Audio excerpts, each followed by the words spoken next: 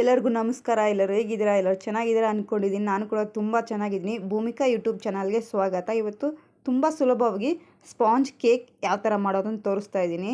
ತುಂಬ ಸುಲಭವಾಗಿ ಮನೇಲಿ ಮಾಡ್ಕೋಬೋದು. ನೋಡಿ, ಮೊದಲಿಗೆ ಒಂದು ಕುಕ್ಕರ್ ತೊಗೊಂಡಿದ್ದೀನಿ ಮಾಡೋದಕ್ಕೆ. ಆ ಕುಕ್ಕರ್ಗೆ A4 ಶೀಟ್ನ ಹಾಕ್ತಾಯಿದ್ದೀನಿ ನಾನು. A4 ಶೀಟ್ ಇರಲಿಲ್ಲ ಅಂದರೆ ಬಟರ್ ಪೇಪರ್ನೂ ಹಾಕ್ಕೋಬೋದು.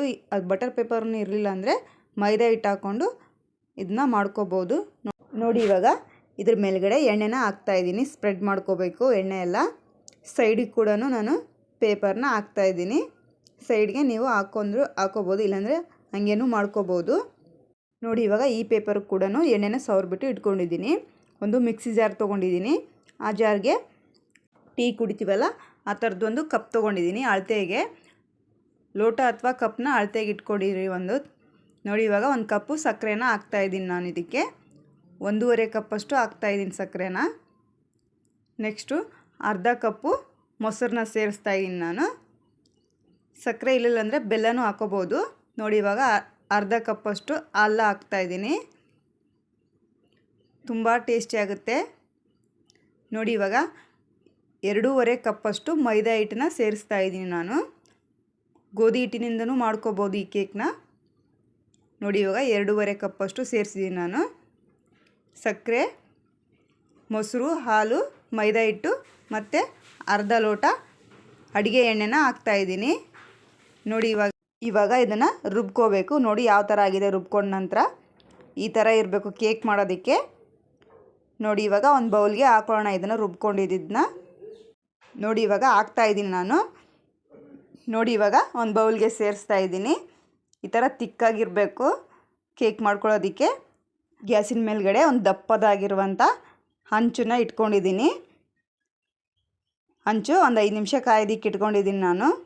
ನೋಡಿ, ಇವಾಗ ಈನೋ ಪುಡಿ ತೊಗೊಂಡು ಹಾಕ್ತಾಯಿದ್ದೀನಿ ನಾನು. ಇದಕ್ಕೆ ಒಂದು ಅರ್ಧ ಸ್ಪೂನಷ್ಟು ಹಾಕ್ಕೊಂಡ್ರೆ ಸಾಕು. ನೋಡಿ, ಇವಾಗ ಸ್ವಲ್ಪ ಹಾಲನ್ನು ಹಾಕ್ತಾಯಿದ್ದೀನಿ ಮೇಲ್ಗಡೆ. ಹಾಕ್ಕೊಂಡು ಚೆನ್ನಾಗಿ ಮಿಕ್ಸ್ ಮಾಡ್ಕೊಳ್ಳಿ ಇದನ್ನು.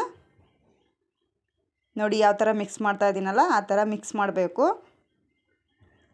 ನೋಡಿ ಯಾವ ಥರ ಇದೆ ಅಂತಂದು. ಈ ಥರ ಚೆನ್ನಾಗಿ ಮಿಕ್ಸ್ ಮಾಡ್ಕೋಬೇಕು. ಈ ಥರ ಇರಬೇಕು ಕೇಕ್ ಮಾಡೋದಕ್ಕೆ. ಇವಾಗ ಹಾಕ್ಕೊಳ್ಳೋಣ. ನೋಡಿ, ಕುಕ್ಕರ್ಗೆ ಹಾಕ್ತಾಯಿದ್ದೀನಿ ನಾನು. ಯಾವ ಥರ ಕ್ರೀಮಿಯಾಗಿ ಬೀಳುತ್ತಲ್ಲ ಆ ಥರ ಇರಬೇಕು. ಈನೋ ಪುಡಿ ಹಾಕಿಂದ ಜಾಸ್ತಿ ಹೊತ್ತು ಹೊರಗಡೆ ತೆಗೆದಿಡಬೇಡಿ, ಬೇಗನೆ ಸೇರಿಸ್ಕೊಂಬಿಡಿ ಕುಕ್ಕರ್ಗೆ.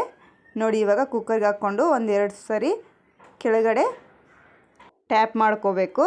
ನೋಡಿ, ಈಗ ಕುಕ್ಕರ್ನ ಕ್ಲೋಸ್ ಮಾಡಿಬಿಟ್ಟು ಬೆಲ್ಟ್ ಹಾಕ್ಬಿಟ್ಟು ಇಡ್ತಾಯಿದ್ದೀನಿ ನಾನು.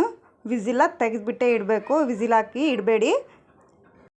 ನೋಡಿ, ಒಂದು 20-30 ನಿಮಿಷ ಹಿಂಗೇ ಬೇಯಬೇಕಿದು. ನೋಡಿ, ಪ್ಲೀಸ್ ಇನ್ನೂ ಯಾರು ಸಬ್ಸ್ಕ್ರೈಬ್ ಮಾಡಿಲ್ಲ, ಹೋಗಿ ಪ್ಲೀಸ್ ಸಬ್ಸ್ಕ್ರೈಬ್ ಮಾಡಿಕೊಂಡು ವೀಡಿಯೋಸ್ಗಳನ್ನ ನೋಡಿ. ನೋಡಿ, ಇವಾಗ 30 ನಿಮಿಷ ಆಗಿದೆ. ಯಾವ ಥರ ಆಗಿದೆ ಅಂತ ಕೇಕು ತುಂಬ ಚೆನ್ನಾಗಾಗಿದೆ.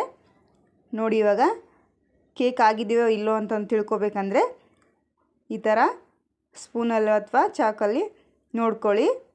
ತುಂಬ ಚೆನ್ನಾಗಿ ಬಂದಿತ್ತು ಕೇಕ್ ಮಾತ್ರ. ನೋಡಿ, ತಳಕ್ಕೆ ಮಾತ್ರ ಸ್ವಲ್ಪನೂ ಹತ್ತಿಕೊಂಡಿಲ್ಲ. ಪೇಪರ್ ಕೂಡ ಎಷ್ಟು ನೀಟಾಗಿ ಬರುತ್ತೆ ನೋಡಿ. ಇವಾಗ ನೋಡಿ ಯಾವ ಥರ ಬರ್ತಾಯಿದೆ ಅಂತಂದು. ಸ್ವಲ್ಪನೂ ಪೇಪರ್ಗೆ ಹತ್ಕೊಳ್ತಾ ಇಲ್ಲ. ತುಂಬ ಚೆನ್ನಾಗಿ ಬಂದಿದೆ ಕೇಕು. ನೀವು ಟ್ರೈ ಮಾಡಿ ಹೇಗಿತ್ತು ಅಂತ ಕಮೆಂಟ್ ಮಾಡಿ ತಿಳಿಸಿ. ನೋಡಿ ಯಾವ ಥರ ಸ್ಪಾಂಜಿಯಾಗಿ ಬಂದಿದೆ ಕೇಕು ಅಂತಂದು. ನೋಡ್ತಾ ಇರ್ಬೋದು ನೀವು ಎಷ್ಟು ಸ್ಪಾಂಜಿಯಾಗಿ ಬಂದಿದೆ ನೋಡಿ ಕೇಕ್. ನೋಡೋದಕ್ಕೆ ತಿನ್ನೋದಕ್ಕೂ ಅದೇ ಟೇಸ್ಟಾಗಿ ಚೆನ್ನಾಗಿತ್ತು. ನೋಡಿ, ಕಟ್ ಮಾಡಿದ್ರೂ ಯಾವ ಥರ ಬಂದಿದೆ ಪೀಸಸ್. ಪ್ಲೀಸ್ ಸಬ್ಸ್ಕ್ರೈಬ್ ಮಾಡಿಕೊಂಡು ವೀಡಿಯೋಸ್ನ ನೋಡಿ. ನೋಡಿದವ್ರಿಗೆಲ್ಲರಿಗೂ ಧನ್ಯವಾದಗಳು.